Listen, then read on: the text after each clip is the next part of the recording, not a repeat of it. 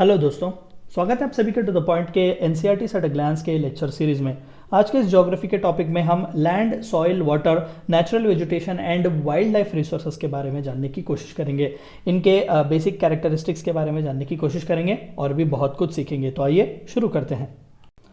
सबसे पहला हमने पिछले ही चैप्टर में देखा हुआ था रिसोर्सेस के बारे में कि अबायोटिक और बायोटिक के बीच में फ़र्क क्या है। तो अगेन मैं आपको फिर से बता दूं, land, soil, water are resources which belong to abiotic resources, क्योंकि यहाँ पर उनमें जान नहीं होती या फिर उनके ओरिजिन्स जो है वो किसी जानदार से नहीं आते। And on the same lines natural vegetation और वाइल्ड लाइफ रिसोर्सेस वो बायोटिक रिसोर्सेस का हिस्सा हैं, क्योंकि वो जानदार हैं, उनमें लाइफ है।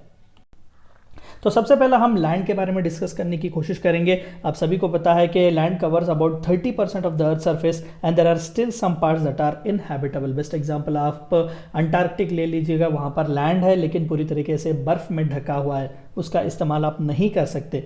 तो 70% earth is nothing but water and the rest 30% is with land. And even in that land mountainous regions हैं, डेजर्ट्स हैं, अंटार्कटिक जैसा रीजन है जो हम हैबिटेबल नहीं रह सकते। So rugged topography, steep slopes of mountain, low-lying areas susceptible to water and uninhabited areas, whereas plains and rivers are densely populated areas. तो plains और river drainage system के आसपास ही हमें ज़्यादातर population देखने को मिलता है।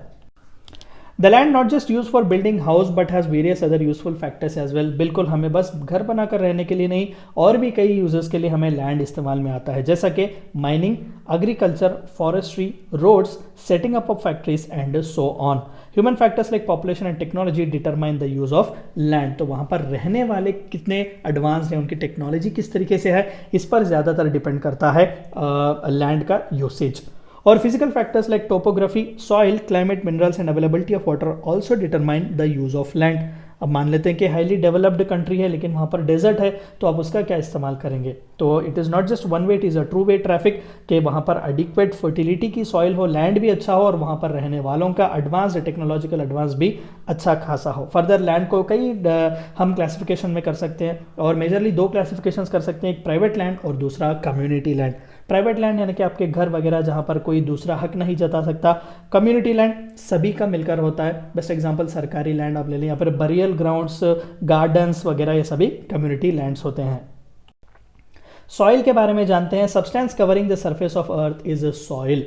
तो जो यहाँ पर आप पिक्चर देख रहे हैं, इट इज अ सॉइल। हम सभी जानते हैं सॉइल के बारे में। So it is actually a thin layer of granny substance made up of organic matter, minerals, withered rocks and associated with the land. तो लैंड पर ही हमें सॉइल देखने को मिलता है। तो स्पेसिफिकली यही वो ऑर्गेनिक कंटेंट है जो नरिश करता है, न्यूट्रिएंट्स देता है क्रॉप्स को, ताकि हम वहाँ पर बीज बोएं, खाना हम उगाएं, चावल उगाएं या फिर कोई भी अनाज हम उगाएं और उससे हमारा पेट भर सकें। तो soil is formed by process of withering that makes the soil fertile. हमने इसके बारे में पिछले चैप्टर्स में भी इन डिटेल डिस्कशन किया हुआ है। तो यहाँ पर आप अगेन देख सकते हैं सॉइल के फैक्टर्स जो अफेक्ट होते हैं सॉइल के फॉर्मेशन में। सबसे पहला तो आप देख सकते हैं पेरेंट रॉक, किससे वो बना हुआ है। It determines the colour, texture, chemical properties, mineral content and permeability of the soil. किस तरीके से वो वाटर को अपने अंदर सीप कर रहा है।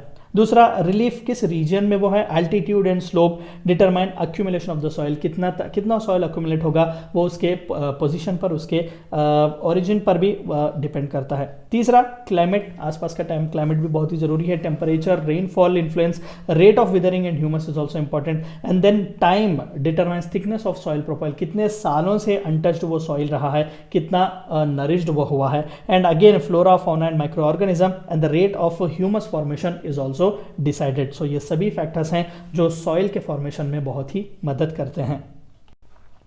सॉइल कंजर्वेशन सभी को पता बहुत ही इंपॉर्टेंट है सॉइल को कंजर्व करना, ताकि लैंड की फर्टिलिटी इसी से मेंटेन होती है। Contour farming, terrace farming, till farming, no till farming या फिर organic farming, restoration of wetlands, plantation, vegetation cover and forest restoration that is afforestation, wind breaks, proper waste disposal and management से हम soil को conserve कर सकते हैं, या फिर चंद सॉइल कंजर्वेशन के प्रैक्टिसेस हैं। वाटर, पानी के बारे में देखते हैं। हमने इसके बारे में भी पिछले चैप्टर्स में बात किया हुआ था कि सरफेस का 3/4 वाटर, अर्थ का 3/4 सरफेस जो है वो वाटर से ही भरा हुआ है। And it is a renewable natural resource that supports a rich variety of plant and animal. Even human life, या फिर आप जनरली लाइफ भी कह लें, life of any form is impossible without water. तो only 2.7% of it is fit for human consumption, but out of this 70% occurs in ice sheets and glaciers in Antarctica, Greenland and mountainous regions, and only 1% is left for human consumption. तो again 70%, 3/4% में से सिर्फ 1/4% ही हमारे पास पानी use करने के लिए बचा हुआ है, और उसमें से भी 2.7% ही कंज्यूम कर सकते हैं। एंड अगेन इन दैट 70% जो है वो फ्रीज हो चुका है, उसका इस्तेमाल हम नहीं कर सकते। तो बाकी का सिर्फ 1% से हमें काम चला रहे हैं। तो वाटर बहुत ही स्केर्स है, इसे भी कंजर्व करना बहुत ही ज़रूरी है। तो यहाँ पर आप देख सकते हैं एक स्निप मैंने लिया हुआ है कि किस तरीके से वाटर की अवेलेबिलिटी है, और बहुत बुरी तरीके से वाटर का वेस्टेज हो रहा है दुनिया भर में। And why it is important to conserve water, आप सभी बेहतर जानते हैं कि पानी ही लाइफ है, अगर वाटर नहीं तो कुछ भी नहीं। तो to preserve the environment, to guard against rising cost and potential conflicts, yes पानी के लिए भी लड़ाइयाँ हो सकती हैं। To prepare for future droughts ना आए, इसीलिए हमें कंजर्व करना पड़ेगा water. So to make water available for recreational purposes also, तो इसके लिए भी, रिक्रिएशनल पर्पसेस के लिए भी हम वाटर का इस्तेमाल कहीं ना कहीं करते रहते हैं। Natural vegetation and wild life से रिलेटेड थोड़ी बहुत बातें। Natural vegetation and wild life exist in the biosphere. Of course biosphere एक ऐसा रीजन या फिर एक ऐसा वर्ल्ड का डोमेन जहां पर हमें एयर, वाटर और लैंड तीनों ही देखने को मिलते हैं। तो biosphere is actually a narrow zone of contact between lithosphere, hydrosphere and atmosphere, यानी कि लैंड, वाटर और air, in which living beings are dependent on each other for survival and inter related, and this system of life supporting is called ecosystem, जहां पर सभी जानवर, इंसान मिलकर रहते हैं, जहां पर पानी की, हवा की और जमीन की अवेलेबिलिटी है।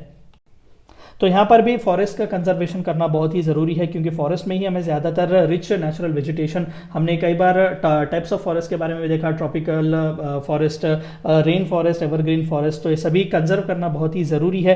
तो फॉरेस्ट का कंजर्वेशन करने से हम नेचुरल वेजिटेशन को भी कंजर्व कर रहे हैं और साथ ही साथ वाइल्ड लाइफ का भी कंजर्वेशन हम कर रहे हैं। तो बायोस्फीयर रिजर्व्स हम बना सकते हैं, नेशनल पार्क्स हम अनाउंस कर सकते हैं, अलग अलग वाइल्ड लाइफ सेंचुरीज भी हम एस्टेब्लिश कर सकते हैं, जिससे कि हम नेचुरल वेजिटेशन और वाइल्ड लाइफ को भी कंजर्व कर सकें। तो ये थी चंद बातें जो आपको इस लेक्चर में जाननी थी। Thank you for watching my video.